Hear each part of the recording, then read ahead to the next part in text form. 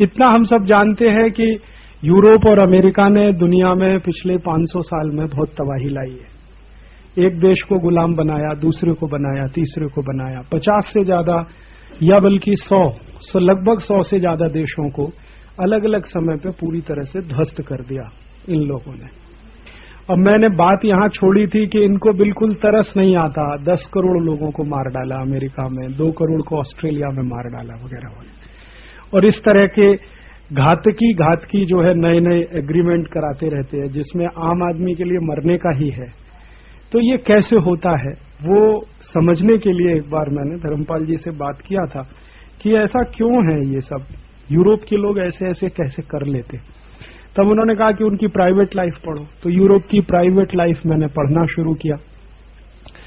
Europe की private life के बारे में धर्मपाल जी से काफी कुछ चर्चा भी मैंने की, और उस पर से मेरे मन में आया कि मैं एक किताब लिखूं आप सबके लिए, हम सबके लिए, बहुत सरल शब्दों में, जो बिल्कुल क्लिष्ट ना हो और इतनी सरल हो कि 10वीं कक्षा का कोई विद्यार्थी पढ़े, 9वीं कक्षा का, तो उसको यूरोप क्या है वो समझ में आ जाए। मैंने आपसे ये कहा कि एक तो यूरोप का ये हिस्सा है जिसको हम थोड़ा बहुत देखते हैं अखबारों के माध्यम से, टेलीविजन के माध्यम से, या कोई जाता है और लौट के आता है तो सुनाता है, देखो सड़कें कितनी बड़ी बड़ी हैं, फ्लाईओवर्स कितने हैं, सड़क के ऊपर सड़क है, 7 मंजिल सड़क है, 10 मंजिल सड़क है, एक एक होटल ऐसा है जिसमें 5000 कमरे हैं, 10,000 कमरे हैं, एक एक सड़क ऐसी है जिसपे लगातार एक साथ 8-10 कारें चल के जा सकती हैं वगैरह वगैरह। एक तो यही हमारे मन में बैठ जाता है क्योंकि हमें दूसरा पार्ट नहीं मालूम उसका, और वो मालूम क्यों नहीं है, कोई बताने वाला नहीं है। यूरोपियन लोग अपने बारे में कभी बताते नहीं है किसी को, उनका आदत ऐसा है, वो अपने बारे में कम से कम उनकी जो प्राइवेट लाइफ है उसके बारे में वो नहीं बताते, तो वो पता करना पड़ता है। तो वही पता करने के लिए पिछले कुछ सालों से धर्मपाल जी के साथ जो मैंने यहां आने का तय किया, मैं यहां पिछले 4-5 साल से रहता हूं सेवाग्राम में, उसके पहले तो इलाहाबाद रहता था, तो इलाहाबाद छोड़कर यहां आने का बना वो उसका एक बड़ा कारण ये था कि यूरोप को समझना है और उसके बरक्स माने उसके प्रतिबिंब भारत को समझना, और समझ बन जाए तो शायद दूसरों को बेहतर तरीके से हम समझा सकते हैं। आधी अधूरी समझ बनेगी तो वही होगा जो मैंने आपको एक उदाहरण दिया, राजेंद्र सिंह राणा नाम लेकर दिया, हम भी उस रास्ते पे जा सकते हैं, लेकिन समझ अगर ठीक ठाक है, पूरी है, तो उसमें गलती होने की संभावना बहुत कम है। मुझे हमेशा एक बात लगती है कि हम कोई एक अच्छा काम करें या न करें, लेकिन एक गलत काम कभी न करें, ये कोशिश हमेशा रहनी चाहिए। आपने एक गलत काम किया, वो मिसाल बनता है, फिर दूसरे लोग उसमें आ जाते हैं, फॉलो करना शुरू। तो हमसे कोई गलती ना हो जाए कुछ करते हुए, क्योंकि समाज सेवा का काम बहुत जोखिम का काम होता है, बहुत ही ज्यादा जोखिम का काम होता है। जैसे उदाहरण के लिए बहुत सारे हिंदुस्तान में संगठन है जो हेपेटाइटिस बी का मास वैक्सीनेशन कराने के काम में लगे, बहुत ईमानदारी से लगे, लेकिन अगर उनकी समझ बनी होती तो शायद वो कुछ और करते उसको छोड़कर, क्योंकि उन्हें तो समाज में कुछ ना कुछ करना ही है। तो अब उनको जो समझ में आ गया कि चलो हेपेटाइटिस बी का वैक्सीन लगवाना है तो लगवा रहे हैं पूरे देश में, अगर उनकी समझ बन जाती तो शायद वो इससे भी बेहतर कुछ कर सकते थे। वैसे ही मुझे हमेशा अपने कार्यकर्ताओं के बारे में ये चिंता रहती है कि कहीं कुछ गलत रास्ते पे चल पड़े तो फिर वापस लौटना मुश्किल होता है और उनको बदलना भी मुश्किल होता है। इसलिए चलने से पहले थोड़ी ठीक ठाक समझ हो, फिर इससे कोई फर्क नहीं पड़ता। मैंने कहा कि वो आप आंदोलन में रह के काम करें या बाहर रह के काम, तो समझ बनाने के लिए मैंने ये तय किया कि जो कुछ यूरोप के बारे में मुझे पता चला, जानकारी मिली, ज्ञान मिला, उस पर एक किताब लिख दूं। वो किताब एक साधारण विद्यार्थी से लेकर और उच्च शिक्षा प्राप्त व्यक्ति के लिए बन सके, एक समझ बन सके, और यूरोप का वो चित्र दिखाई दे जो हमें कोई दिखाता नहीं है, बताता नहीं। अब इसमें प्रश्न ये था कि हम ये देखें किस चश्मे से। हर चीज को देखने की 2 दृष्टि है। आप अपने को अपने चश्मे से देखते हैं, तो यूरोप को हम किस चश्मे से देखें। तो मुझे ऐसा लगा कि थोड़ी ईमानदारी उसमें होगी कि यूरोप को यूरोप के चश्मे से देखें। तो अभी का जो व्याख्यान होगा उसमें मैं 2 तरह की दृष्टि इस्तेमाल करूंगा, एक भारतीय दृष्टि से यूरोप को देखना और एक यूरोप के लोगों की दृष्टि से यूरोप को देखना। माने एक यूरोपियन अपनी परंपराओं के बारे में, अपनी मान्यताओं के बारे में, अपनी व्यवस्थाओं के बारे में बात करेगा तो कैसे करेगा, और एक भारतीय आदमी यूरोप की व्यवस्थाओं के बारे में, परंपराओं के बारे में, मान्यताओं के बारे में बात करेगा तो कैसे करे। ये दोनों साथ साथ चलेगा तो हमारी दृष्टि बहुत साफ होती चली है। अपने देश की जो सबसे बड़ी विडंबना मैं कहता हूं, या मुझे कोई ये पूछे कि भारत की सबसे बड़ी समस्या क्या है, तो मेरे पिछले 10 साल की समझ का ये वो है कि भारत की सबसे बड़ी समस्या ये है कि हम भारतीय मान्यताओं के लोग अंग्रेजियत की व्यवस्था को चला रहे हैं।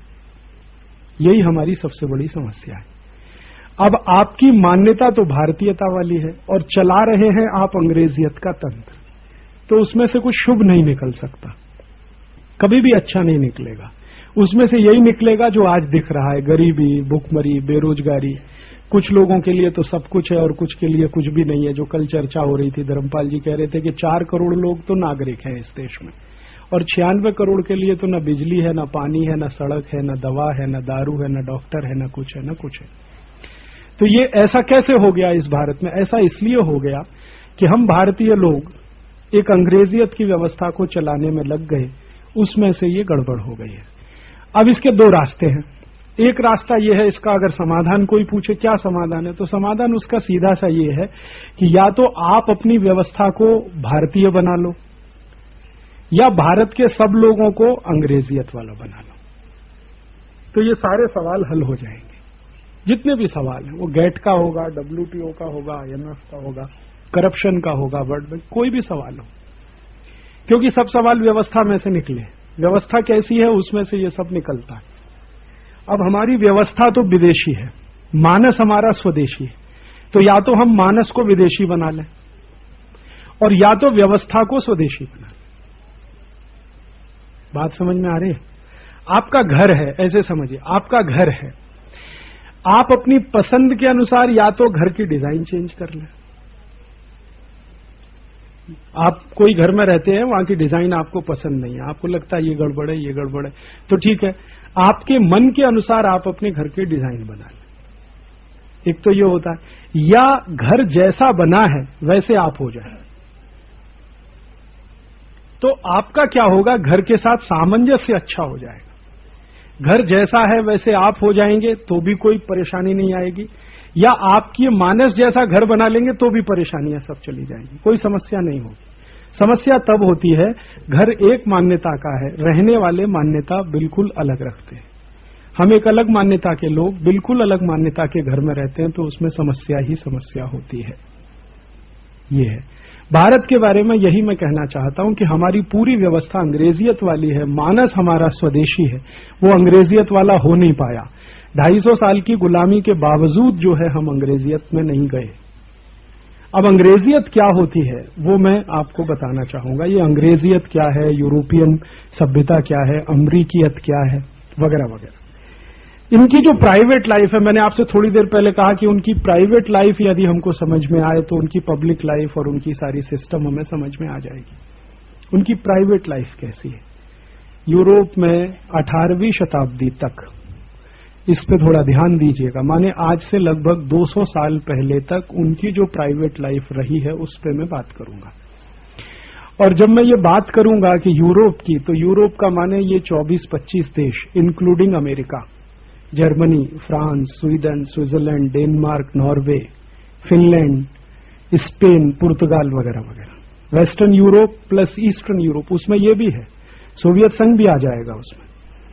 तो ये पूरा सोवियत संघ, पूरा पश्चिमी यूरोप, पूरा पूर्वी यूरोप और फिर पूरा अमेरिका, पूरा कनाडा, पूरा ऑस्ट्रेलिया, पूरा न्यूजीलैंड, ये सब उसी में है। तो इतने एरिया की हम बात करेंगे। तो उनकी प्राइवेट लाइफ कैसी है। प्राइवेट लाइफ क्या होती है, घर के अंदर जो कुछ भी होता है वो सब प्राइवेट लाइफ है। अब घर के अंदर क्या होता है, बच्चे का जन्म होता है, बच्चा बड़ा होता है, बड़े होने के बाद शादी होती है, फिर बच्चे होते हैं, फिर अपने माता पिता का स्वर्गवास होता है, उनका दाह संस्कार, ये सब जितना भी कुछ है प्राइवेट लाइफ है। हम शादी कर रहे हैं, विवाह कर रहे हैं, मुंडन कर रहे हैं, संस्कार कर रहे हैं, ये सब प्राइवेट लाइफ है। तो यूरोपियन लोगों की प्राइवेट लाइफ पिछले 200 साल पहले तक कैसी रही है उसके 4-5 उदाहरण देता हूं। एक, बच्चे का पैदा होना। एक बात मैं लेता हूं कि बच्चे का पैदा होना उनकी मान्यता क्या है। तो पूरे यूरोप में सभी जगह मान्यता यह है कि बच्चे का पैदा होना परिवार के मुखिया की इच्छा पर निर्भर है।